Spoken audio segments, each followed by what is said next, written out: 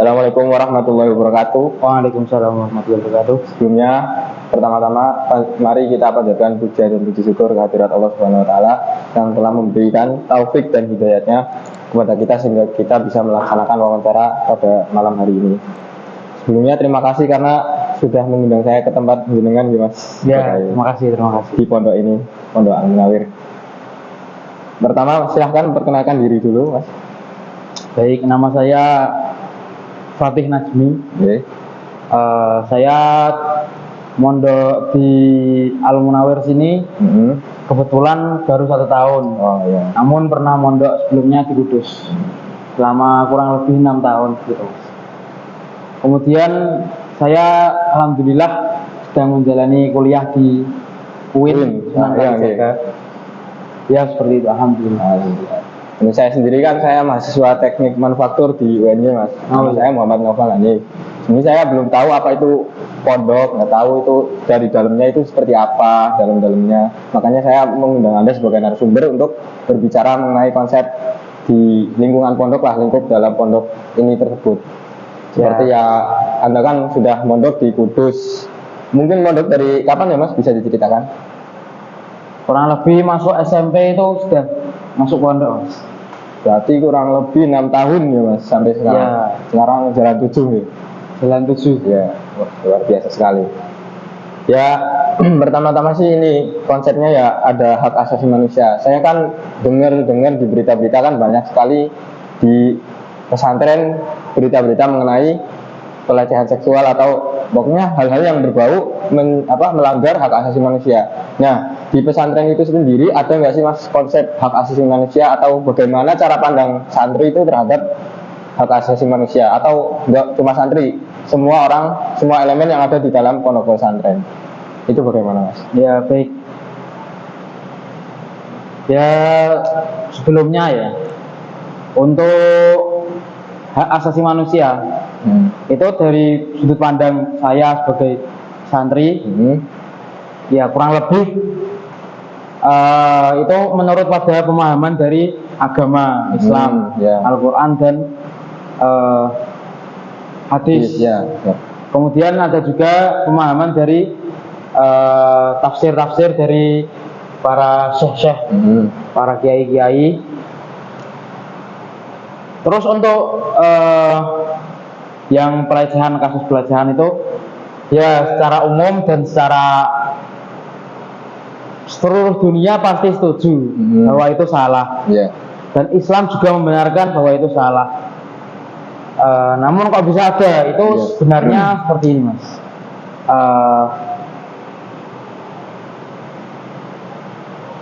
Sebenarnya itu seperti kata UAS, itu sebenarnya dia bukan kiai Mas. Bukan kiai, bukan pemuka agama. Dia itu adalah dukun seperti itu Mas, yang menjual nama sebagai kiai yang kemudian menyalahgunakan kekuasaan yang dia punyai dari reputasi yang dia dapatkan seperti itu. Itu pertama. Kemudian kedua, seorang kiai pemuka agama itu tidak mungkin agama apapun Mas seperti itu. Kecuali ya kalau Yahudi kan dalam kitab Torahnya yang sekarang itu kan sedikit berbeda dengan norma agama masyarakat pada umumnya. Namun secara umum, terlebih khususnya secara Islam, itu memang sangat disalahkan, bahkan bisa dikenai hukum rajam dalam hukum Islam terdahulu. Seperti itu. Ya kurang lebih seperti itu. Terus poin tadi kan adalah penyalahgunaan kekuasaan pada intinya ya terhadap ya kekuasaan yang diperoleh oleh kiai tersebut atau oknum kiai tersebut. Yang kedua itu yang saya mau bahas adalah katanya kan ada santri feodalisme itu maksudnya seperti apa ya Mas?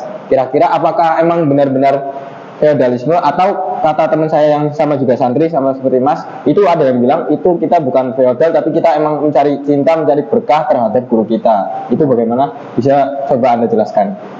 Ya, jadi ya memang menurut pemahaman norma masyarakat pada umumnya di Indonesia, hal seperti itu memang dianggap feodal ya Mas.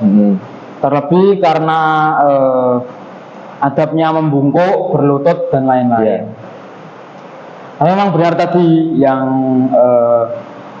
teman Mas sampaikan itu memang dasar dari kepatuhan kami kepada kiai itu memang didasari oleh rasa tawaduk, patuh karena cinta, karena mengharap kebarokahan ilmunya. Apa itu barokah? Barokah itu adalah bertambahnya suatu kebaikan. Jadi kami diajarkan bahwa untuk bertambah suatu kebaikan itu membutuhkan yang namanya barokah. Nah, barokah itu didapatkan dari banyak cara. Salah satunya ya tadi menghormati ahli ilmu. Ya, yang lainnya adalah ya tentu saja mengamalkan ilmu itu kan dapat menambah kebaikan dari ilmu tersebut. Ya, betul. Kira-kira seperti itu. Ya, melihat juga dari sejarah kan, kalau kita lihat dari sejarahnya kan dulu pondok pesantren dibangun di ibaratnya kayak lingkungan yang emang masyarakatnya ada yang kurang mampu untuk menuntut ilmu, sehingga dia perlu melakukan sebuah timbal balik terhadap pondok itu tersebut, kayak seperti bersih-bersih atau ikut menanam padi, atau ya ibaratnya kayak punya lahan terus santri dipersilahkan untuk menggarap lahan tersebut, ya nanti dipakai juga untuk kehidupan bersama secara bersama tersebut. Kemudian ya jika kita lihat juga yang dulu-dulu itu kan yang namanya PKI kan anti yang namanya itu kapitalisme atau ya seperti pondok itu kan, akhirnya banyak yang dimajuin itu kiai-kiai atau santri-santri juga dibantai habis atau ya seperti itulah, dilanggar hak asasi manusianya. Nah, kemudian kita lanjut yang ke materi kedua, yaitu realita hak asasi manusia di pondok pesantren.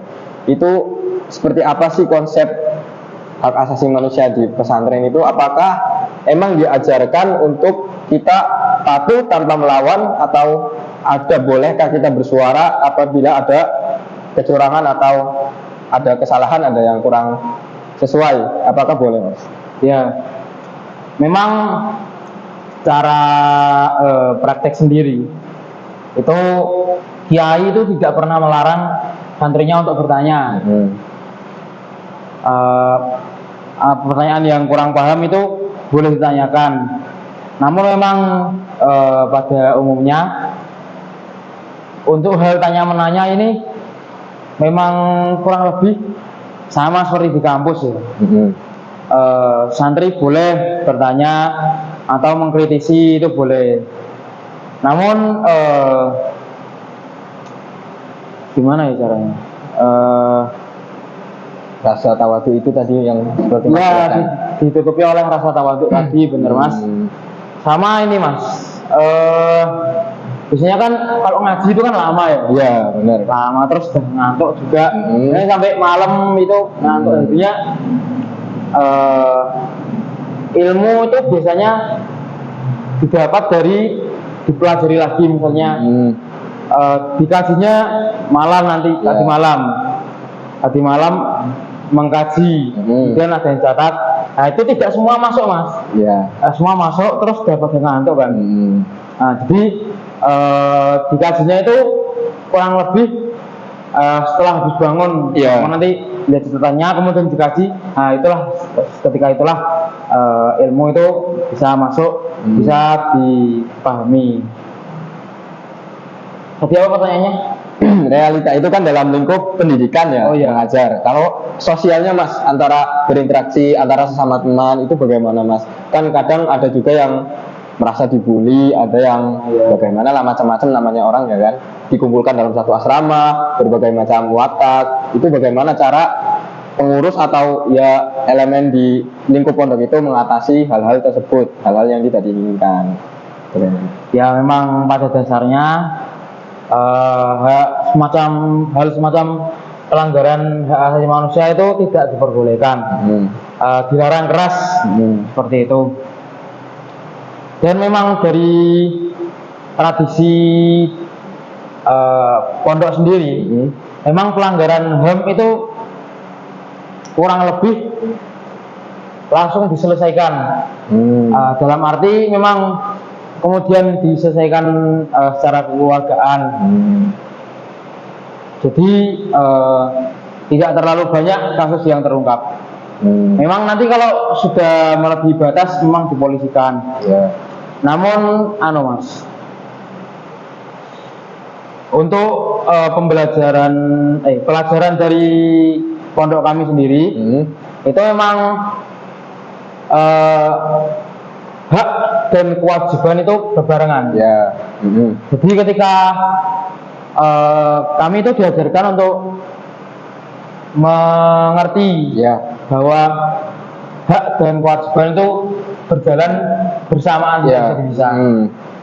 Jadi seperti misalnya hak untuk bermain, hak untuk bermain itu didapat ketika kewajiban sudah terpenuhi. Seperti misalnya Anda sudah setoran ngaji, sudah setoran ngaji, itu Anda boleh bermain. Secara hak Anda boleh bermain. Nanti kalau di pondok saya dulu itu kan ngaji itu kan dikasih waktu, Mas. Kalau di sini ngaji setelah selesai keluar. Kalau di sana dulu ngaji sesuai waktu. Jadi kalau di pondok saya dulu itu kewajiban memang dipukul rata, hak juga dipukul rata. Jadi misalnya Anda tidak setor, pada saat ini Anda tidak setor, itu waktu selesai ya Anda selesai. Jadi tapi untuk pemenuhan kewajiban itu memang kesadaran diri sendiri. Betul memang kesadaran diri sendiri memang secara tidak langsung itu kan melatih kita sendiri kan. Betul melatih kita sendiri untuk lebih bertanggung jawab terhadap dunia. Kurang lebih. Kemudian tapi ada juga Mas yang memang kurang menghargai hak yang didapatkan dengan pemenuhan kewajiban itu. Kemudian dari kurang lebih begitulah Mas. Terus yang saya pahami kan dari keluarga saya sendiri kan, kata kakak saya sendiri, kamu jangan mondok. Kenapa? Karena pondok itu kenapa diisi orang-orang yang ibaratnya kalau kita nakal di rumah terus orang tua kita tidak mampu untuk mengurus anak tersebut, akhirnya kita dipondokkan. Itu apakah dari pondok sendiri emang ada sistem untuk mengatasi anak yang bermasalah tersebut, ibaratnya di rumah tidak bisa diatur? Apakah nanti tidak akan menjadi sebuah virus untuk teman-teman yang lain atau yang kerap untuk teman-teman yang lain, sehingga saya sendiri disuruh kakak saya udah jangan mondok aja karena ya gitulah, dengar-dengar ya, tapi nggak tahu aslinya itu seperti apa Mas. Aslinya itu seperti ini Mas. Dia memang dulu memang orang mondok itu agar memperbaiki akhlak. Betul sekali. Dengan pengetahuan yang dapat dari pondok akan dapat memperbaiki akhlak. Namun memang seiring berjalannya waktu, untuk memperbaiki individu yang memang sangat tidak terkontrol, misalnya memang sangat nakal, itu 50-50 Mas. Bisa tergantung. Ada orang yang memang di rumah itu nakal Mas. Nakal, ada yang mabuk, dan semacamnya itu. Banyak sekali. Itu masuk pondok bisa lebih baik, ada Mas. Ada. Saya punya teman, itu teman kampus Mas. Orangnya orang Jambi. Kemudian dipondokkan oleh SMP-nya itu dia memang sangat nakal Mas. Bahkan sampai kenakalan yang sangat sangat tinggi untuk usia SMP gitu, Mas. Namun kemudian ketika saat SMA dipondokkan, itu memang dia mengakui bahwa kelakuannya berubah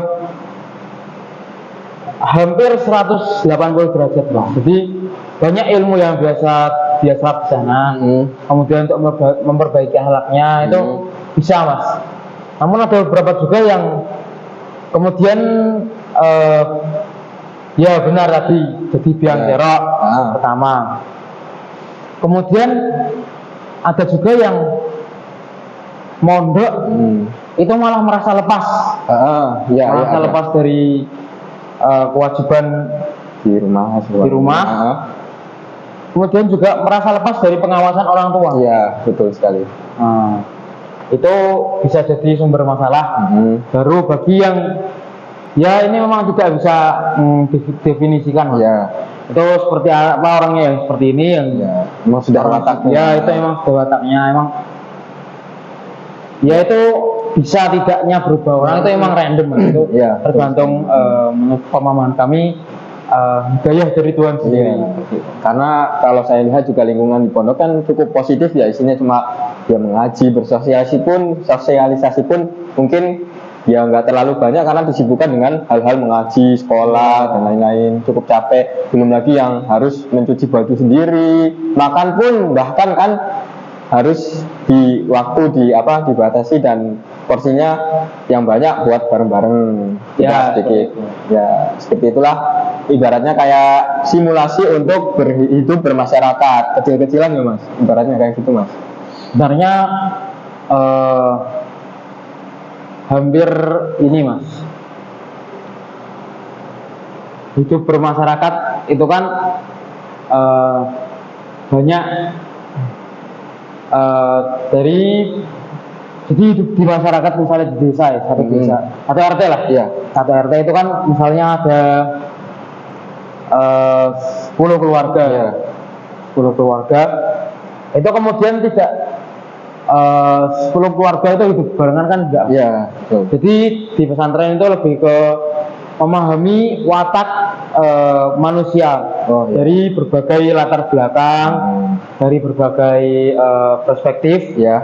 Jadi memang untuk mahasiswa humaniora termasuk itu memang bagus sekali mas untuk masuk ke pesantren ini karena dapat mengamati secara langsung perbedaan watak seseorang 24 jam seperti itu mas. Jadi saya di pesantren itu banyak mendapatkan cercah pemahaman-pemahaman tentang watak seorang dan bagaimana cara mengatasinya. Karena memang kalau memang tidak cocok kan tidak bisa dihindari mas. Itu harus dihadapi memang seperti itu karena 24 jam pun kita bersama. Itu, betul sekali. Tidur bersama, makan bersama, mandi bersama. Sebenci apapun kamu dengan orang itu paling kamu menghindar pun pasti dalam 24 jam itu kau lihat orangnya. Apalagi kalau pondoknya kecil kan. Ya kurang lebih seperti itu.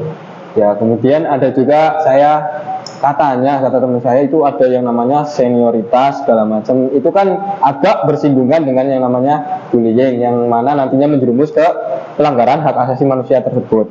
Itu bagaimana apakah emang ada atau emang itu sebuah budaya untuk melatih mental seseorang katanya. Tapi kan namanya mental seseorang kan berbeda-beda, ada yang lemah, ada yang kuat, ada yang ya anak mama ibaratnya, istilah kata seperti itu kasarannya. Itu bagaimana mas, secara mas langsung sendiri yang mengalami selama 6 tahun mondok dari SMP? Jadi kalau di pondok saya yang dulu yang diputus itu mas itu kurang lebih tidak ada lah yang namanya senioritas itu. Senioritas itu diadakan hanya untuk kegiatan yang formal yang memang membutuhkan suatu kepekaan sosial yang memang tidak bisa dilakukan oleh anak yang umur lebih muda. Kemudian memang pondok saya dulu itu setiap angkatan itu memang asramanya beda-beda mas. Jadi berinteraksi pun pasti agak jarang. Paling berinteraksi ketemu itu di dapur, saat di jalan, kemudian di masjid. Ya seperti itu mas. Berbeda dengan di sini memang satu kamar tuh campur dari angkatan tertua sampai angkatan termuda itu campur. Ya memang agak terasa ya mas. Agak terasa. Kemudian apakah itu menjadi budaya saya tidak tahu. karena saya baru merasakan senioritas kan di sini. Iya. Oh. Kalau pondok saya dulu itu memang hampir tidak ada interaksi. Jadinya senioritas tuh hampir tidak ada. Oh. Saya bukan katakan tidak ada, Iya. hampir tidak ada. Karena memang ada beberapa senior yang memang agak kurang ajar. Iya. Teman saya sendiri juga ada yang seperti itu memang. Tapi saya pikir itu memang bukan hanya di pondok pesantren. Ya. Iya, saya juga kan ya kan? Di lingkup mahasiswa pun, di lingkup kampus pun mungkin ada yang seperti itu. Itu. Tidak bisa dimungkiri. Bahkan mahasiswa yang lebih tidak berhubungan dengan seniornya pun ada kan? Iya, ada. Nah, itu memang agak bermasalah ya. Untuk perspektif zaman sekarang itu memang agak bermasalah. Bahkan di tempat kerja pun mau tidak mau itu memang harus diakui ada emang betul. Ya kurang lebih sama aja sih mas. Kayak senioritas sama aja. Terus cuman ya memang mas, kerugiannya itu bisa banyak mas. Soalnya gini, kalau di pondok itu 24 jam bersama. Jadi kalau misalnya Anda di kampus senioritas, Anda pulang kan sudah lepas. Iya, betul. Jadi sehari itu ya paling lama itu 8 jam. Iya, betul. Itu paling lama. Iya, paling lama. Memang ketemunya paling 8 jam. Terus itu setelah itu Anda pulang. Itu harusnya memang bisa digunakan untuk refreshing diri, ya bisa. Kemudian untuk melepaskan diri, melepaskan penat. Nah, kalau di pondok asrama itu memang sulit mas, sulit memang agak kejam juga, tapi memang kenyataannya seperti itu.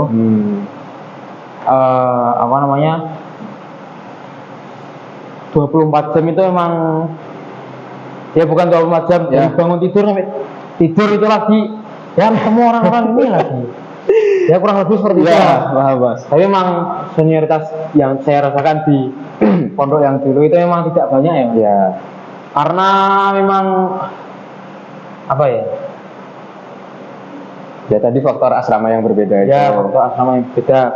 Terus kedua itu di sana tuh ya saya bisa katakan ini pikirannya kurang lebih maju-maju mas. Jadi kayak misalnya ada yang bullying yang umum, itu kayak menyuruh seorang untuk melakukan sesuatu, ya itu kan bullying yang umum, yang paling rendah, bukan paling rendah juga sih, yang umum lah. Itu kalau terus-terusan, itu temannya tuh bisa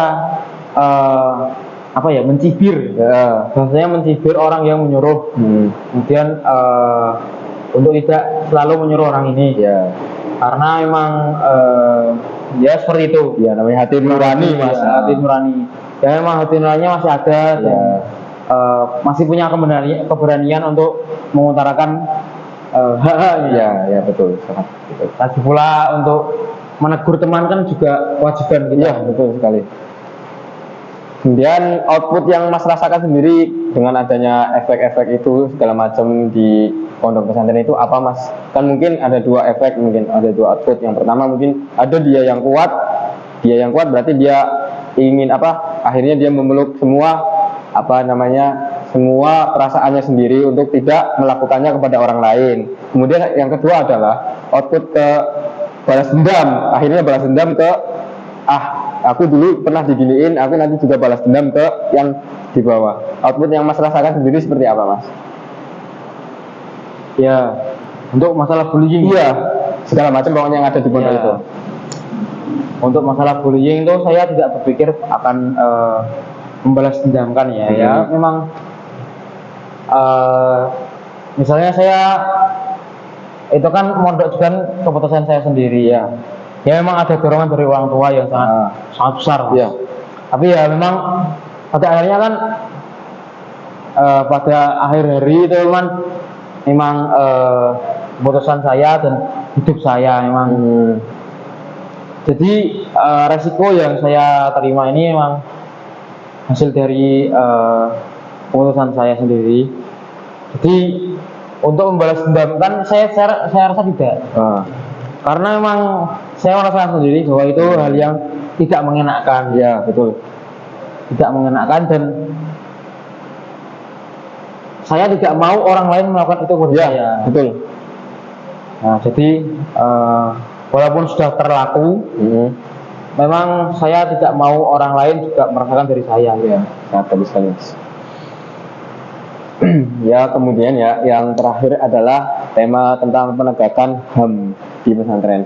Kan berita yang kemarin kayak seperti seorang oknum di pesantren Pati itu kan melakukan pencabulan terhadap kurang lebih 50 santri-santrinya. Itu kan yang berisikan santri-santri yang yatim piatu.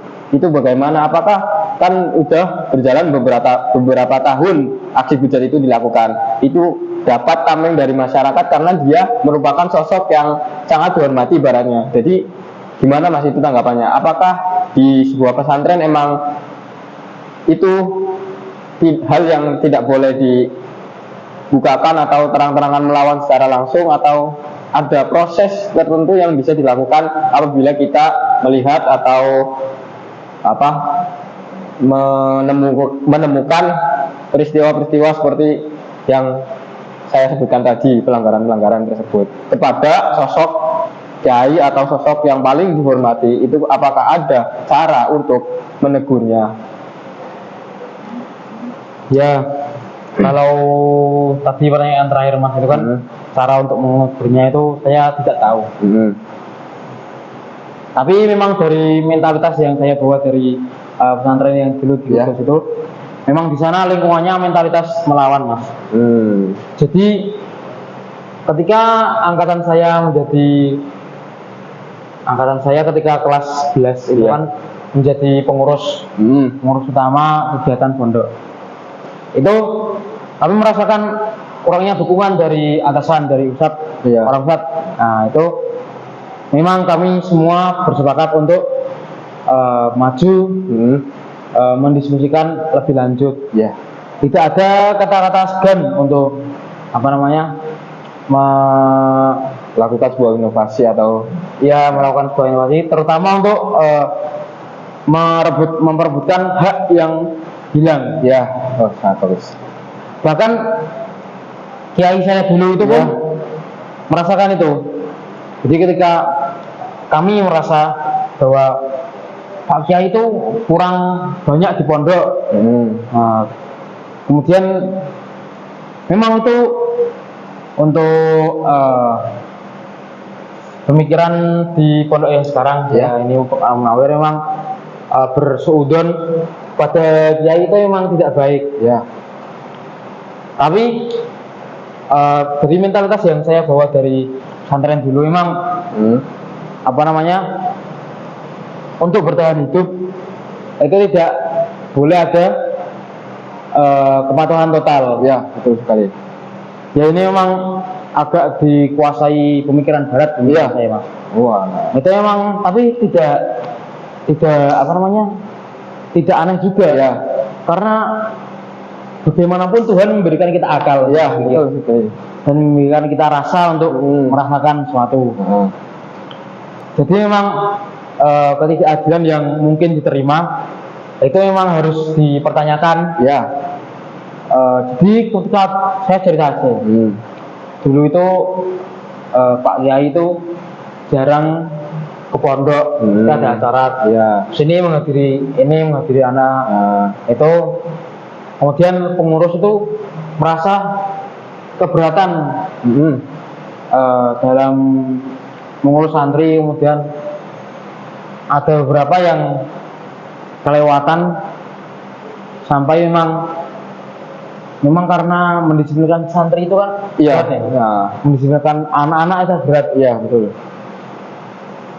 Jadi gini loh Mas, SMA sampean itu kan lebih banyak refreshing ya Mas. Betul sekali. Pemikirannya lebih fresh. Jadi seharusnya untuk menaati aturan itu Lebih. menurut logika. Ya, Menurut logika untuk menaati aturan itu lebih mudah. Mudah. Karena emang secara tekanan itu tidak banyak. ada. Betul sekali. Nah, jadi, tapi kalau di pesantren itu tekanannya lebih besar. Ya, Satu. Kemudian kegiatan itu monoton. ya, mungkin ya, Kegiatan sangat monoton bosan sekali. Ya bosan sekali. Jadi Iya. pikiran melanggar itu lebih banyak. Iya, harusnya. betul sekali. Harusnya itu lebih banyak daripada yang SMA. Iya, Jadi memang mendisiplinkan santri itu sangat susah mas. Apalagi kami itu tidak seperti OSIS. Ya. OSIS kan itu memang acara, ketika ada acara OSIS turun tangan, Ya. ketika ada ini OSIS turun tangan. Tidak, kami itu mendisiplinkan santri itu setiap hari dan setiap waktu. Jadi pergantian kegiatan itu kami turun tangan. Wah, anggota kami turun tangan dari Ya. bagian, misalnya bagian keamanan, bagian pendidikan itu turun tangan untuk misalnya mengoprai itu. Mengoprai itu gimana mas? Maksudnya mengoprai itu menyuruh anak-anak? Ya, menyuruh anak-anak untuk Oh ya, saya paham. siap-siap. Ya, paham. Pernah. Siap-siap, kemudian misalnya waktu jamaah ke masjid. Oh ya. Itu kan namanya anak-anak pun harus ada tekanan untuk mau ke masjid. Ya, dipaksa lah ya. Dipaksa, memang harus dipaksa Ya. dulu. Kemudian ada keinginan untuk ke masjid. Itu pun banyak emang yang tidak bisa kami kontrol. Ya. Kemudian karena kelepasan, kami kan masih muda juga. Iya, sama-sama. Masih muda, akhirnya turun tangan. Ya. Akhirnya ada yang misalnya menampar, Ya. lain-lain. Kemudian hal ini sampai kepada pimpinan pondok. Kemudian pimpinan pondok marah. Ya. Marah. Kemudian setelah itu orang yang menjadi pengurus itu dicopot dari jabatannya sebagai pengurus. Ya, secara logika memang dia senang mas, karena tidak lagi gerbang ini dari tanggung jawab. Iya, karena saya lihat sendiri sangat berat itu ya mas, seperti itu mengurus anak-anak, bagaimana diri sendiri juga perlu belajar, perlu mengaji juga kan, wah sangat berat sekali. Terus itu. Belum lagi kalau melihat ujian. Iya itu, wah memang sangat. Kemudian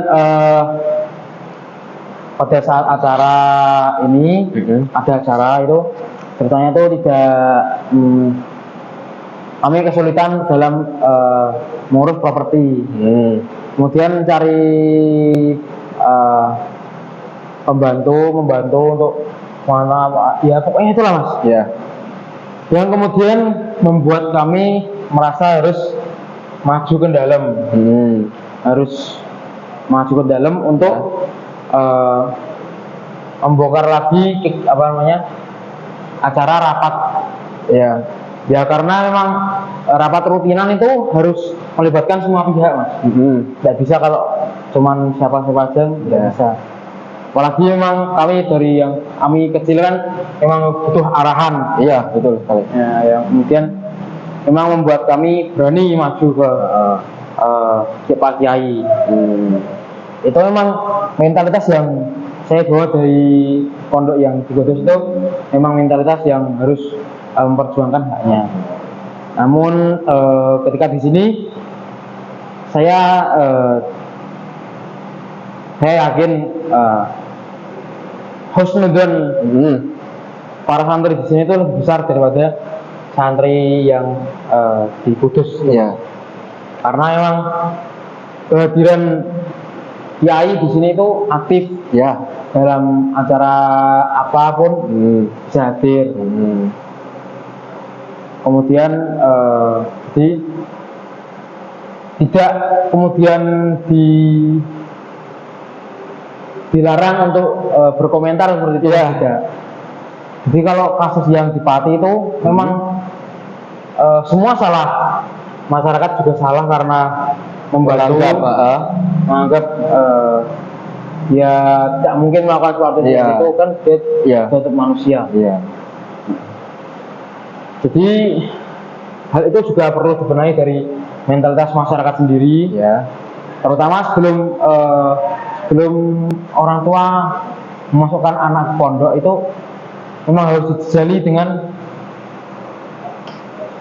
prinsip-prinsip hak dan batil. Itu memang harus banget mas. Jadi agar anak-anak itu tahu mana yang hak dan mana yang batil, itu tidak hanya dari pendidikan pesantren tapi juga dari orang tua dulu. Dari orang tua dulu memang. Ya betul sekali. Dia kan untuk bekal akhirnya, pada akhirnya kan dia untuk hidup sendiri di pesantren, untuk latihan mandiri, daripada nanti dijali aliran-aliran atau doktrin-doktrin yang menyesatkan seperti itu. Ya betul. Memang pada nantinya pelajaran akhlak itu pun juga diajarkan di pesantren, namun fondasi yang kuat perlu dari orang tua itu. Ya perlu dari orang tua, karena memang orang tua kan lebih dengarkan, kurang lebih seperti itu. Dan memang orang tua harus lebih dengarkan dari ini. Misalnya senior di pesantren itu orang tua harus lebih dengarkan.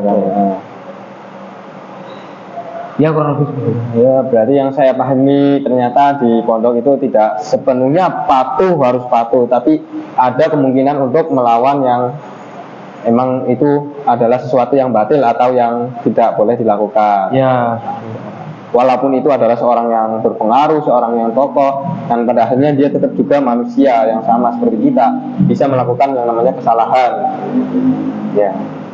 Sangat bagus mas, mentalitas yang diperlihatkan mas tadi, yang diceritakan mas tadi, menimbulkan rasa kagum bagi saya, karena mas sendiri kan berjuang dari ibaratnya SMP kan tidak mudah, hidup jauh dari orang tua. Daripada saya yang hidup di rumah SMP enak sama orang tua, pulang main dan segala macam, mas harus mengorbankan itu semua demi mendapatkan yang namanya mental dan kehidupan mandiri, belajar memahami sifat orang lain, hidup bersama orang yang tidak kita suka selama 24 jam dan segala macam kerumitannya. Apalagi mas sekarang sudah katanya menghafal Al-Quran 30 juz, alhamdulillah, sangat bagus sekali mas. Saya sangat menghormati mas sebagai seorang santri, sebagai seorang teman, sangat menghormati, sangat menghargai. Ya seperti itu mas. Apakah ada kata-kata yang ingin disampaikan mungkin agar nantinya, sekarang kan banyak pandangan bahwa santri itu ya mungkin karena dia kan katanya santri kan nggak boleh bawa HP itu segala macam, terus kan jadi dia kudet dengan dunia yang ada, pada akhirnya dia melakukan hal-hal yang konyol ibaratnya, yang lalu diupload di media sosial. Nah pendapat mas sendiri apa, pendapat pandangan mas sendiri bagaimana untuk meluruskan bahwa santri itu tidak sepenuhnya jelek gitulah, masih ada sisi positif, mungkin yang jelek-jelek itu hanya sebagian.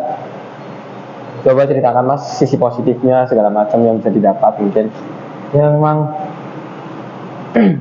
untuk sisi positifnya ya seperti yang sudah diajarkan di masyarakat, itu seperti mendapat ilmu dan terutama di ilmu agama. Ya betul sekali. Yang kemudian tidak menjadikan santri itu tidak buruk sepenuhnya. Memang yang buruk itu yang ini mas, santri yang buruk itu datang bukan karena pendidikan yang ibaratnya umum di kalangan santri. Betul. Memang itu ada sekte-sekte sendiri mas, pemahaman-pemahaman sendiri, aliran-aliran sendiri yang memang itu mengerjakan hal-hal yang bertentangan dengan ajaran utama agama Islam seperti itu. Jadi aslinya ya pesantren itu ya nggak beda jauh sama sekolah-sekolah biasa. Santri memang misalnya di pesantren ada perlakuan seperti ini, itu tidak kemudian menjadikan seluruh orang itu seluruh pesantren ya buruk itu ya juga. Memang harus ada beberapa pesantren yang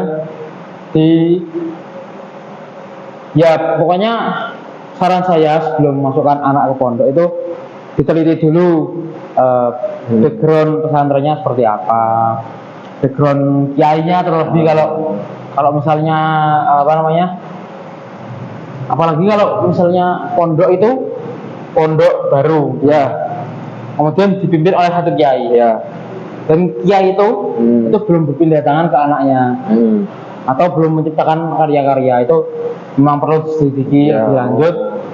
Kemudian ya memang perlu diselidiki ajarannya apa, terus misalnya kesehariannya seperti apa, ya. karena memang tidak semua orang tuh bisa apalagi di usia seperti itu ya menangani jam pembelajaran yang sepadat di pesantren seperti itu. Lalu kemudian ada ini apa namanya,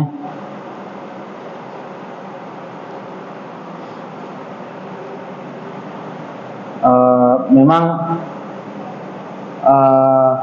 citra buruk pesantren ya itu ada, itu kurang lebih karena citra baik pesantren itu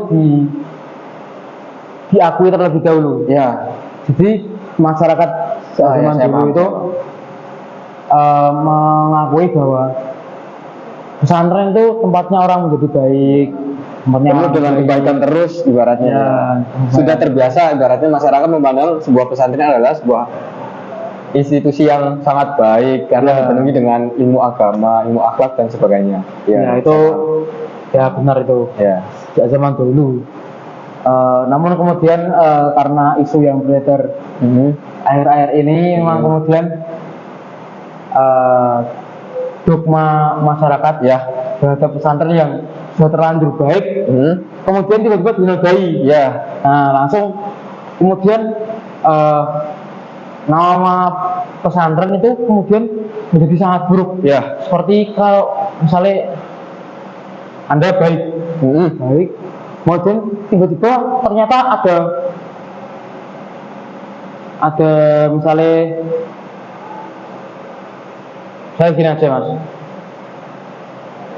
suatu kelas kelas misalnya kelas A di sekolah, kelas A itu sangat baik ya, sangat baik, semuanya sangat baik dari misalnya kelas 1 SMA kelas 10 itu baik. Kemudian di kelas akhir kemudian ada penyelewengan HAM misalnya ya. Kemudian karena sudah terlanjur baik itu tiba-tiba ada hal buruk yang dilakukan oleh kelas itu ya, kemudian menjudge kelas itu buruk kan tidak ya apa namanya, ya memang orang ini berbuat buruk ya, tapi kan kemudian tidak satu kelas menjadi buruk ya. Buktinya apa ya, buktinya misalnya prestasi terdahulu mereka, kemudian individu-individu pertama ya kurang lebih seperti itu ya. Artinya bisa kita pahami bahwa kalau di pesantren itu ya mungkin ini adalah waktu yang tepat untuk juga berbenah kan, karena memang banyaknya berita yang seperti itu ya. Sebuah pesantren harus bisa menunjukkan bagaimana dia mensikapi hal-hal yang sekarang emang harus viral dulu baru di ini ya. Pesantren bagaimana caranya harus bisa menjaga integritasnya diri sendiri, termasuk para santri-santrinya, para kiainya harus bisa seperti itu ya. Cukup obrolan yang cukup sangat menyenangkan mas, saya sangat respect, sangat menghormati panjenengan sebagai narasumber, sebagai seorang santri ya Allah, saya sangat kagum ibaratnya. Terima kasih ya mas atas waktunya. Demikian kira-kira wawancara yang bisa saya lakukan, kurang lebihnya mohon maaf apabila saya ada kata-kata yang menyinggung panjenengan atau sesuatu yang tidak mengenakan, mohon dimaafkan ya, saling memaafkan ya. Terima kasih, akhirul kalam. Terima kasih ya mas. Assalamualaikum warahmatullahi wabarakatuh.